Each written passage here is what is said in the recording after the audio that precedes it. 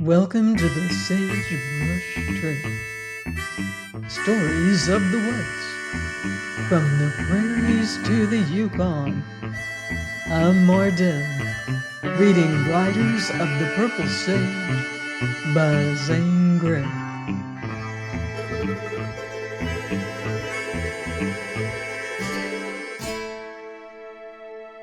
Chapter 21, Black Star and Night. The time had come for Venters and Bess to leave their retreat. They were at great pains to choose the few things they would be able to carry with them on the journey out of Utah. "Burn, whatever kind of pack's this anyhow?" questioned Bess, rising from her work with reddened face. Venters, absorbed in his own task, did not look up at all, and in reply said he had brought so much from Cottonwoods that he did not recollect the half of it. "A woman packed this!" Bess exclaimed. He scarcely caught her meaning, but the peculiar tone of her voice caused him instantly to rise, and he saw Bess on her knees before an open pack which he recognized as the one given him by Jane. "By George!" he ejaculated guiltily, and then at the sight of Bess's face he laughed outright. "A woman packed this!" she repeated, fixing woeful, tragic eyes on him. "Well, is that a crime?" There is a woman after all." "Now, Bess, you've lied to me." Then and there Venters found it imperative to postpone work for the present. All her life Bess had been isolated, but she had inherited certain elements of the eternal feminine. "But there was a woman, and you did lie to me," she kept repeating after he had explained. "What of that?" "Bess, I'll get angry at you in a moment. Remember, you've been pent up all your life. I venture to say that if you'd been out in the world, you'd have had a dozen sweethearts, and have told many a lie before this." "I wouldn't anything of the kind," declared Bess indignantly. "Well, perhaps not lie, but you'd have had the sweethearts. You couldn't have helped that, being so pretty." This remark appeared to be a very clever and fortunate one, and the work of selecting and then stowing all the packs in the cave went on without further interruption. Venters closed up the opening of the cave with a thatch of willows and aspens, so that not even a bird or a rat could get into the sacks of grain. And this work was in order with the precaution habitually observed by him. He might not be able to get out of Utah and have to return to the valley, but he owed it to Bess to make the attempt. And in case they were compelled to turn back, he wanted to find that fine store of food and grain intact. The outfit of implements and utensils he packed away in another cave. "Bess, we have enough to live here all our lives," he said once dreamily. "Shall I go roll Balancing Rock?" she asked in light speech, but with deep blue fire in her eyes. "No, no." "Oh, you don't forget the gold in the world," she sighed. "Child, you forget the beautiful dresses and the travel and everything." "Oh, I want to go, but I want to stay." "I feel the same way." They let the 8 calves out of the corral and kept only 2 of the burros Venters had brought from Cottonwoods. These they intended to ride. Bess freed all her pets, the quail and rabbits and foxes. The last sunset and twilight and night were both the sweetest and saddest they had ever spent in Surprise Valley. Morning brought keen exhilaration and excitement. When Venters had saddled the 2 burros, strapped on the light packs and the 2 canteens, the sunlight was dispersing the lazy shadows from the valley. Taking a last look at the caves and the silver spruces, Venters and Bess made a reluctant start, leading the burros. Ring and Whitey looked keen and knowing. Something seemed to drag at Venter's feet, and he noticed Bess lag behind. Never had the climb from terrace to bridge appeared so long. Not till they reached the opening of the gorge did they stop to rest and take one last look at the valley. The tremendous arch of stone curved clear and sharp in outline against the morning sky, and through it streaked the golden shaft. The valley seemed an enchanted circle of glorious veils of gold and wraiths of white and silver haze and dim blue moving shade, beautiful and wild and unreal as a dream. We can think of it always and remember, sobbed Bess. Hush, don't cry. Our valley has only fitted us for a better life somewhere. Come. They entered the gorge, and he closed the willow gate. From rosy golden morning light, they passed into cool, dense gloom. The burros pattered up the trail with little hollow cracking steps, and the gorge widened to narrow outlet and the gloom lightened to gray. At the divide they halted for another rest. Venter's keen, remembering gaze searched balancing rock, and the long incline, and the cracked, toppling walls, but failed to notice the slightest change. The dogs led the descent, then came Bess leading her burro, then Venters leading his. Bess kept her eyes bent downward.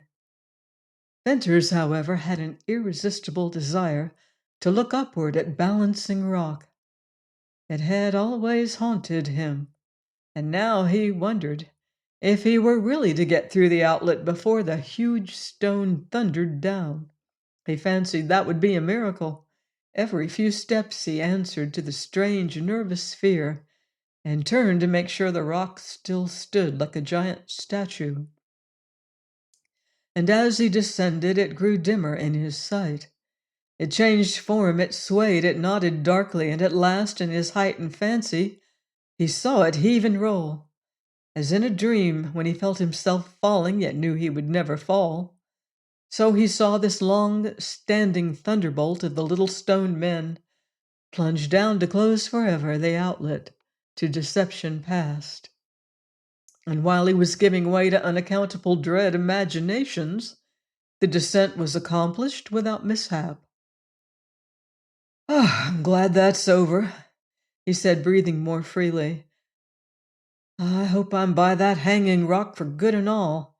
Since almost the moment I first saw it, I've had an idea that it was waiting for me. Now when it does fall, if I'm thousands of miles away, I'll hear it." With the first glimpses of the smooth slope, leading down to the grotesque cedars and out to the pass, Venter's cool nerve returned. One long survey to the left, then one to the right, satisfied his caution. Leading the burros down to the spur of rock, he halted at the steep incline. "Bess, here's the bad place, the place I told you about with the cut steps. You start down, leading your burro, take your time, and hold on to him if you slip. I've got a rope on him and a half hitch on this point of rock, so I can let him down safely. Coming up here was a killing job, but it'll be easy going down." Both burros passed down the difficult stairs cut by the cliff dwellers and did it without a misstep. After that, the descent down the slope and over the mile of scrawled, ripped, and ridged rock required only careful guidance, and Venters got the burros to level ground in a condition that caused him to congratulate himself. "Oh, if we only had Wrangle!" exclaimed Venters, "but we're lucky. That's the worst of our trail past. We've only men to fear now. If we get up in the sage, we can hide and slip along like coyotes." They mounted and rode west, through the valley, and entered the canyon. From time to time, Venters walked, leading his burro. When they got by all the canyons and gullies opening into the pass, they went faster and with fewer halts. Venters did not confide in Bess. The alarming fact that he had seen horses and smoke less than a mile up one of the intersecting canyons. He did not talk at all, and long after he had passed this canyon and felt secure once more in the certainty that they had been unobserved, he never relaxed his watchfulness. But he did not walk any more, and he kept the burros at a steady trot. Night fell before they reached the last water in the pass, and they made camp by starlight. Venters did not want the burros to stray, so he tied them with long halters in the grass near the spring. Bess, tired out and silent, laid her head in a saddle and went to sleep between the two dogs. Venters did not close his eyes. The canyon silence appeared full of the low, continuous hum of insects. He listened until the hum grew into a roar, and then breaking the spell once more, he heard it, low and clear.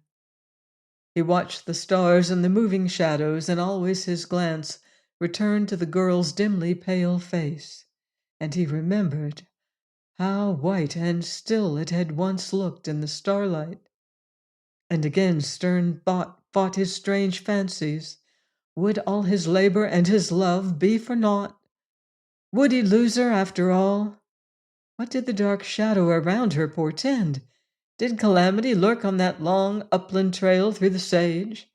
Why should his heart swell and throb with nameless fear? He listened to the silence and told himself that in the broad light of day he could dispel this leaden-weighted dread. At the first hint of gray, over the eastern rim, he awoke Bess, saddled the burros, and began the day's travel. He wanted to get out of the pass before there was any chance of riders coming down. They gained the break as the first red rays of the rising sun colored the rim. For once, so eager was he to get up to the level ground, he did not send Ringer Whitey in advance. Encouraging Bess to hurry, pulling at his patient, plodding burro, he climbed the soft, steep trail. Brighter and brighter grew the light.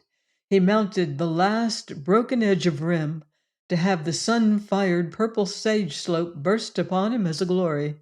Bess panted up to his side, tugging on the halter of her burro. "We're up!" he cried joyously. "There's not a dot on the sage. We're safe. We'll not be seen. Oh, Bess!"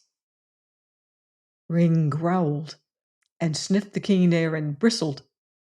Venters clutched at his rifle. Whitey sometimes made a mistake, but Ring, never. The dull thud of hooves almost deprived Venters of power to turn and see from where disaster threatened. He felt his eyes dilate as he stared at Lassiter, leading Black Star and Knight out of the sage, with Jane Withersteen in rider's costume close beside them. For an instant, Venters felt himself whirl dizzily in the center of vast circles of sage. He recovered partially, enough to see Lassiter standing with a glad smile, and Jane riveted in astonishment. "Why, Bern," she exclaimed, "how good it is to see you! We're riding away, you see. The storm burst, and I'm a ruined woman. I thought you were alone." Venters, unable to speak for consternation, and bewildered out of all sense of what he ought or ought not to do, simply stared at Jane. "Son, where are you bound for?" asked Lassiter. "Not safe where I was. We're going out of Utah back east," he found tongue to say. "I reckon this meeting's the luckiest thing that ever happened to you and to me, and to Jane, and to Bess," said Lassiter coolly. "Bess!" cried Jane with a sudden leap of blood to her pale cheek. It was entirely beyond Venters to see any luck in that meeting. Jane Withersteen took one flashing woman's glance at Bess's scarlet face, at her slender, shapely form. "Venters, is this a girl? A woman?" she questioned in a voice that stung. "Yes." "Did you have her in that wonderful valley?" "Yes, but Jane—" "All the time you were gone?" "Yes, but I couldn't tell. Was it for her you asked me to give you supplies? Was it for her that you wanted to make your valley a paradise?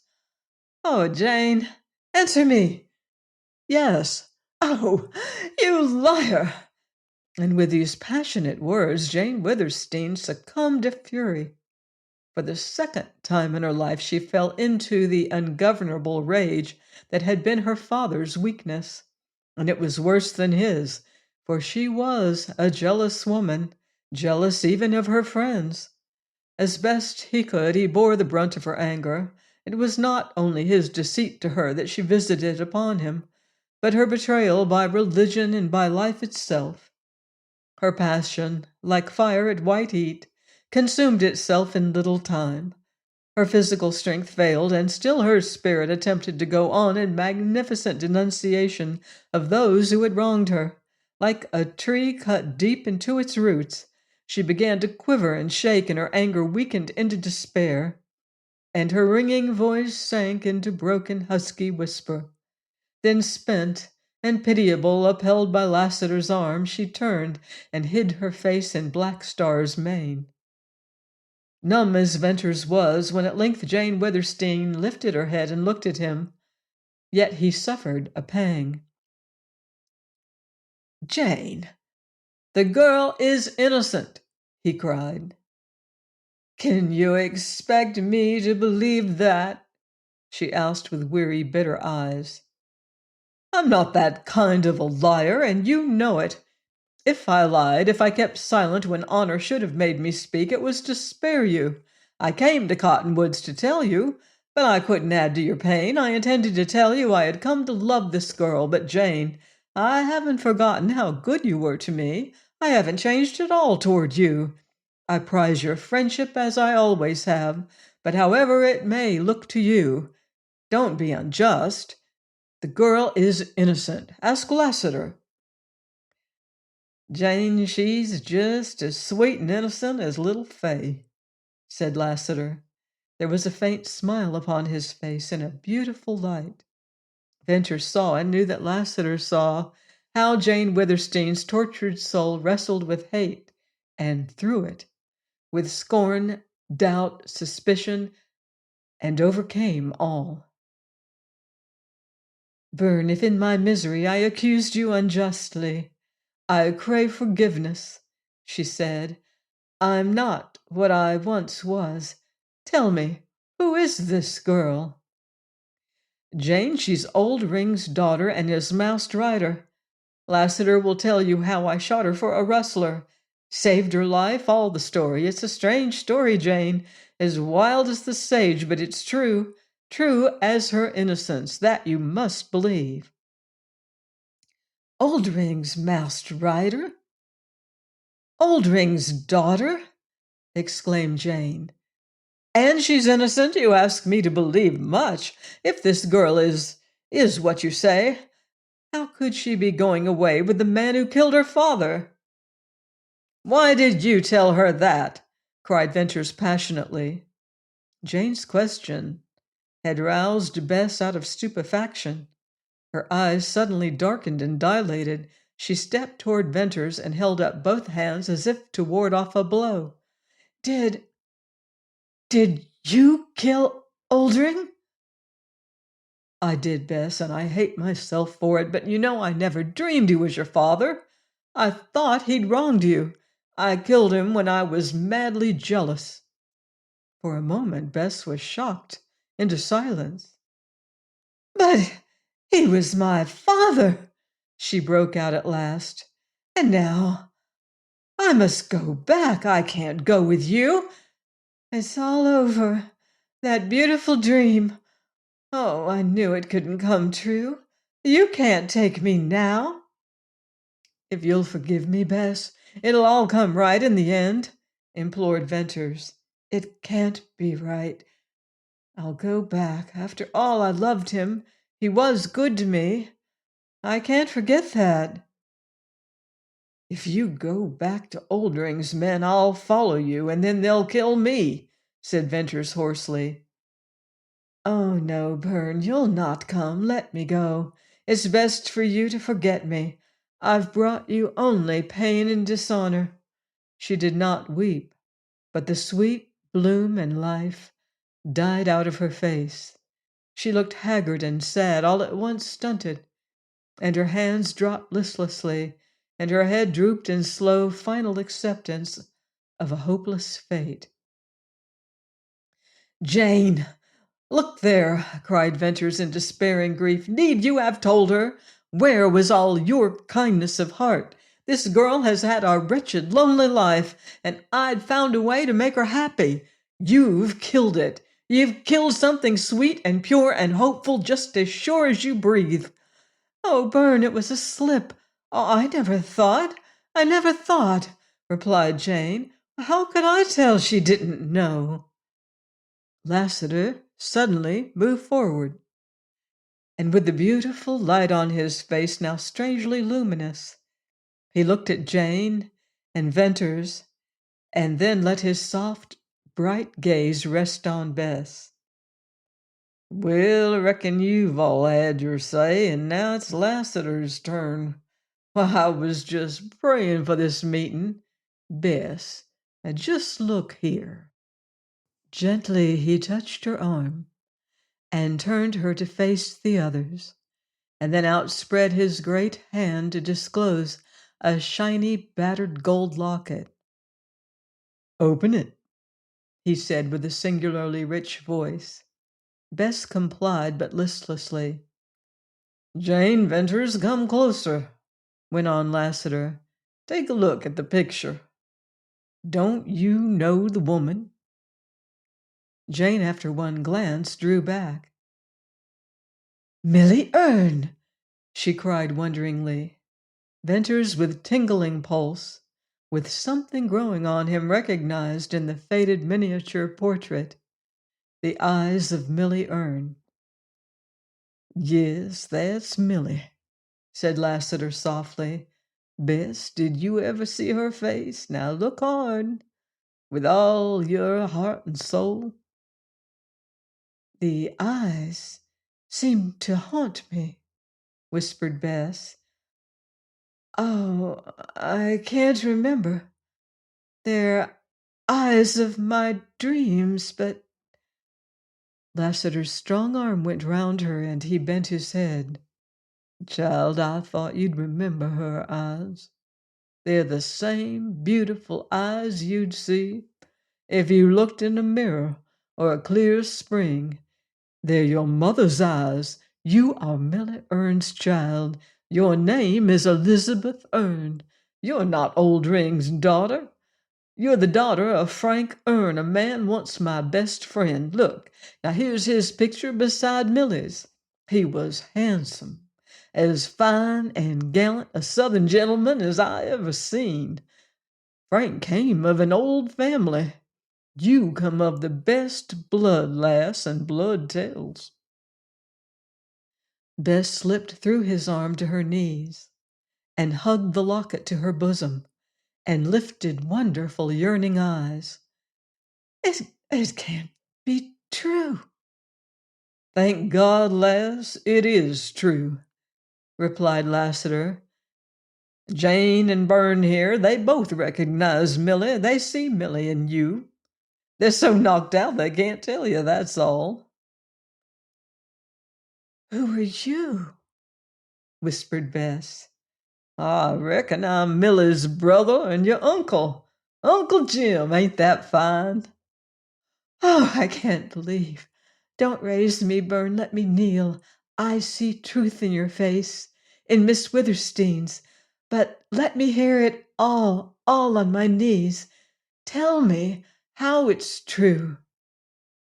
"Well, Elizabeth, listen," said Lassiter. "Before you were born, your father made a mortal enemy of a Mormon named Dyer. They was both ministers and come to be rivals. Dyer stole your mother away from her home. She gave birth to you in Texas 18 years ago. Then she was taken to Utah from place to place, and finally to the last border settlement, Cottonwoods. You was about 3 years old when you was taken away from Millie.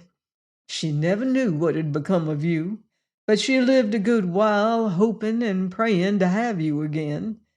And then she gave up and died. And I may as well put in here your father died 10 years ago.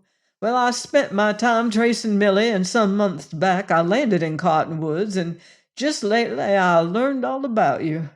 I had a talk with Oldman and told him you was dead. And he told me what I had so long been wanting to know. It was Dyer, of course, who stole you from Millie. Part reason he was sore, because Millie refused to give you Mormon teaching. But mostly he still hated Frank Erne so infernally that he made a deal with Oldrin to take you and bring you up as an infamous rustler and rustler's girl. The idea was to break Frank Erne's heart if he ever came to Utah, to show him his daughter with a band of low rustlers. Well, Oldrin took you, brought you up from childhood, and then made you his masked rider. He made you infamous. He kept that part of the contract. But he learned to love you as a daughter, and he never let anybody's own men know you was a girl. I heard him say that with my own ears, and I saw his big eyes grow dim. He told me how he had guarded you always, kept you locked up in his absence, was always at your side or near you on those rides that made you famous on the stage. He said he and an old rustler whom he trusted had taught you how to read and write. They selected the books for you. Dyer had wanted you brought up the vilest of the vile, and Oldrin brought you up the innocentest of the innocent. He said you didn't know what vileness was, and I can hear his big voice tremble now as he said it. He told me how the men, rustlers and outlaws who from time to time tried to approach you familiarly, he told me how he shot them dead. Now I'm telling you this specially because you showed such shame, saying you was nameless and all that. Well, nothing on earth can be wronger than that idea of yours, and the truth of it is here. Oldrin swore to me that if Dyer died, releasing the contract, he intended to hunt up your father and give you back to him. It seems Oldrin wasn't all bad, and he sure loved you. Venters leaned forward in passionate remorse.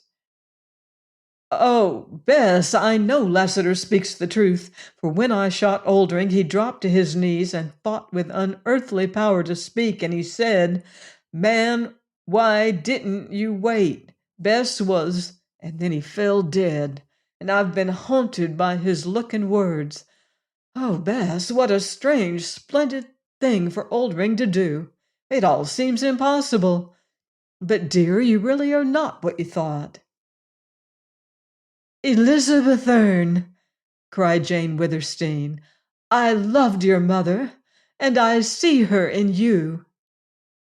What had been incredible from the lips of men became in the tone, look, and gesture of a woman a wonderful truth for Bess. With little tremblings of all her slender body, she rocked to and fro on her knees. The yearning wistfulness of her eyes changed to solemn splendor of joy. She believed she was realizing happiness, and as the process of thought was slow, so were the variations of her expression. Her eyes reflected the transformation of her soul. Dark, brooding, hopeless belief, clouds of gloom, drifted, paled, vanished in glorious light. An exquisite rose flush, a glow shone from her face as she slowly began to rise from her knees. A spirit uplifted her.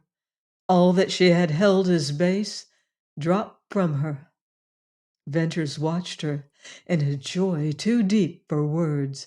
By it he divined something of what Lassiter's revelation meant to Bess, but he knew he could only faintly understand.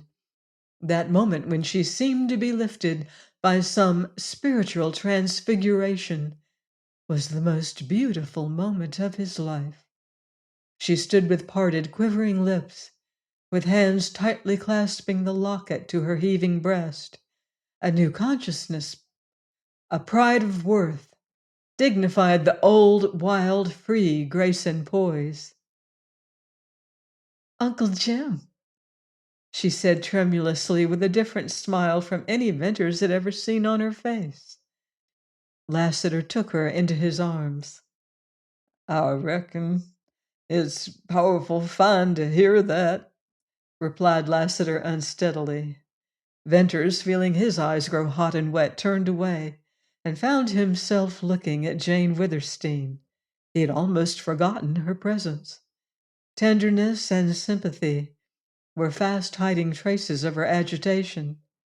Venters read her mind, felt the reaction of her noble heart, saw the joy she was beginning to feel at the happiness of others, and suddenly, blinded, choked by his emotions, he turned from her also. He knew what she would do presently. She would make some magnificent amend for her anger. She would give some manifestation of her love. Probably all in a moment, as she had loved Milly Erne, so would she love Elizabeth Erne. "'Pears to me, folks, we better talk a little serious now," remarked Lassiter at length. "Time flies." "You're right," replied Venters instantly. "I'd forgotten. Time, place, danger. Lassiter, you're riding away. Jane's leaving Withersteen House?" "Forever," replied Jane. "I fired Withersteen House," said Lassiter. "Dyer?" questioned Venters sharply. "I reckon where Dyer's gone there won't be any kidnapping of girls." "I knew it. I told Judkins. And Tull?" went on Venters passionately. "Tull wasn't around when I broke loose. By now he's likely on our trail with his riders." "Lassiter, you're going into the pass to hide till all this storm blows over?" "I reckon that's Jane's idea. I'm thinking the storm will be a powerful long time blowing over. I was coming to join you in Surprise Valley. You'll go back now with me?" "No, I want to take Bess out of Utah. Lassiter, Bess found gold in the valley. We've a saddlebag full of gold. And if we can reach Sterling—" "Man, how are you ever going to do that? Sterling is 100 miles." "My plan is to ride on, keeping sharp lookout. Somewhere up the trail we'll take to the sage and go round Cottonwoods and then hit the trail again." "That's a bad plan. You'll kill the burros in 2 days." "Then we'll walk." "That's more bad and worse.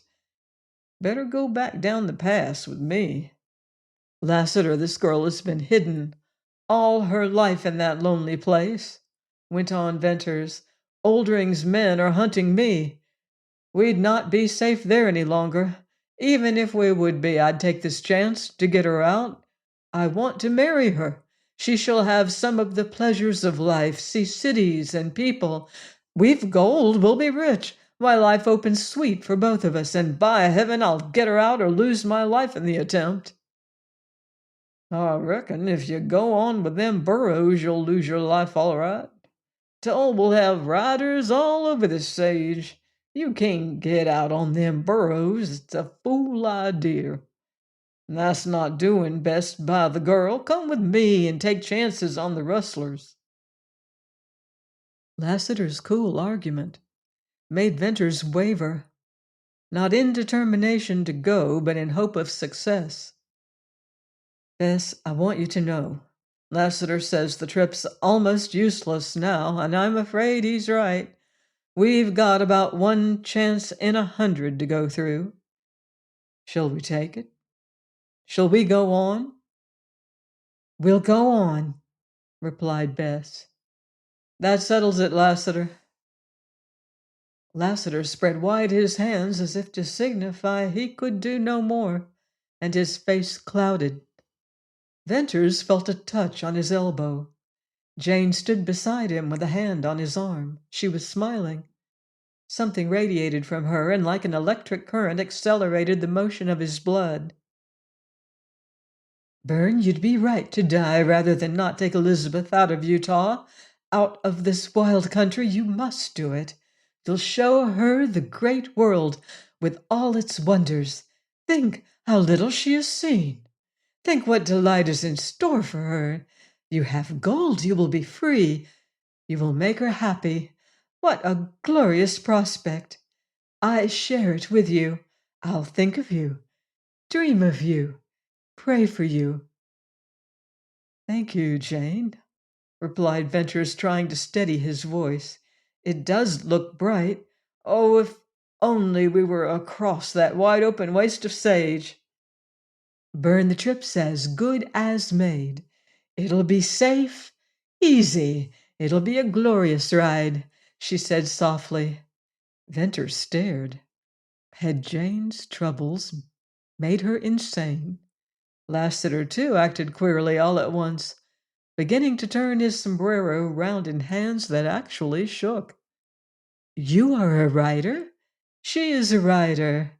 This will be the ride of your lives, added Jane in that same soft undertone, almost as if she were musing to herself.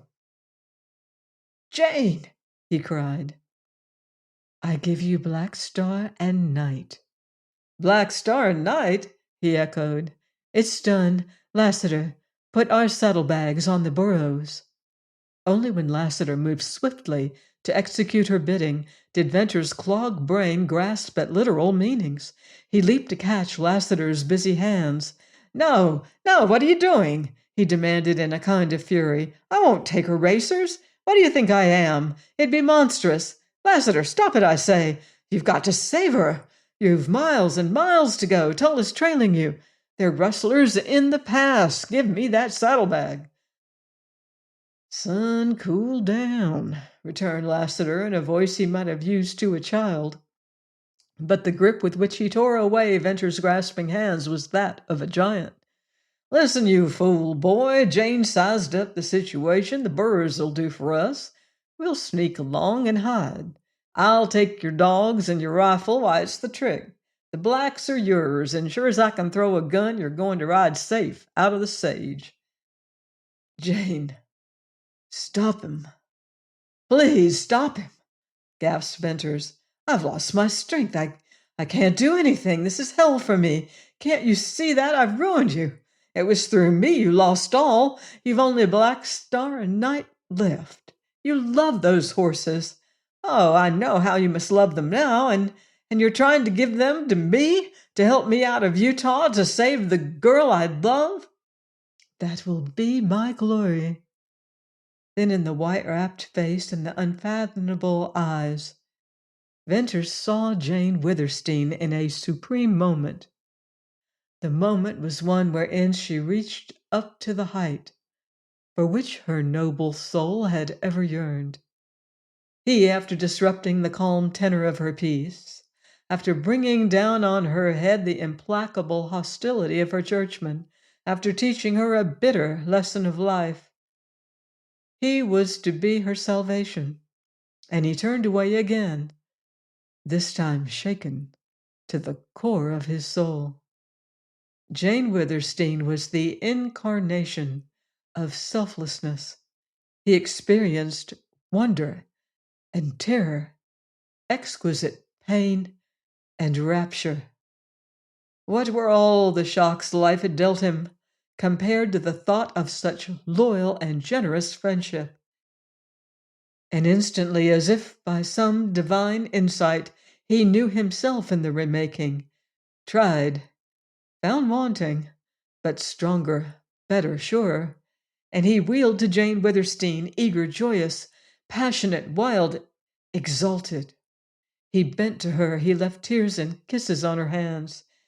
Jane, I can't find words now, he said. I'm beyond words, only I understand, and I'll take the blacks. Don't be losing no more time, cut in Lassiter. I ain't certain, but I think I seen a speck up on the sage slope. Maybe I was mistaken, but anyway, we must all be moving. I've shortened the stirrups on Black Star. Put Bess on him. Jane Withersteen held out her arms. Elizabeth Ern, she cried, and Bess flew to her. How inconceivably strange and beautiful it was for Venters to see Bess clasped to Jane Withersteen's breast. Then he leapt astride Night. Venters ride straight up on the slope, Lassiter was saying, And if you don't meet any riders, keep on till you're a few miles from the village, then cut off in the sage and go round to the trail. But you'll most likely meet riders with Tull. Just keep right on till you're just out of gunshot, and then make your cut off into the sage. They'll ride after you, but it won't be no use. You can ride, and Bess can ride, and when you're out of reach, turn on round to the west and hit the trail somewhere. Save the horses all you can, but don't be afraid. Black Star and Night are good for 100 miles before sundown, if you have to push 'em. You can get to Sterling by night if you want, but better make it along about tomorrow morning. When you get through the notch on the Glaze Trail, swing to the right. You'll be able to see both Glaze and Stone Bridge. Keep away from them villages. You won't run no risk of meeting any of Oldrin's rustlers from Sterling on. You'll find water in them deep hollows north of Notch. There's an old trail there, not much used, and it leads to Sterling. That's your trail. And one thing more, if Tull pushes you or keeps on persistent like for a few miles, just let the blacks out and lose him and his riders. Lassiter, may we meet again, said Venters in a deep voice. Son, it ain't likely. It ain't likely. Well, Bess, Oldrin, Master Rider, Elizabeth Thurn, now you climb on Black Star. I've heard you could ride. Well, every rider loves a good horse, and lass, there never was but one that could beat Black Star. Oh, Lassiter, there never was any horse that could beat Black Star, said Jane with the old pride. I often wondered. Maybe Venters rode out that race when he brought back the black, son. Was Wrangle the best hoss? No, Lassiter, replied Venters. For this lie, he had his reward in Jane's quick smile. Well, my hoss sense ain't always right. And here I am talking a lot, wasting time. It ain't so easy to find and lose a pretty niece all in 1 hour. Elizabeth, goodbye. Oh, Uncle Jim, goodbye. Elizabeth Thurn, be happy. Goodbye, said Jane. Goodbye. Oh, goodbye. In lithe, supple action, Bess swung up to Black Star's saddle. Jane Withersteen, goodbye, called Venters hoarsely. Burn, Bess, riders of the Purple Sage, goodbye. Join me next time for another exciting chapter of Riders of the Purple Sage by Zane Grey, here on the Sagebrush Trail.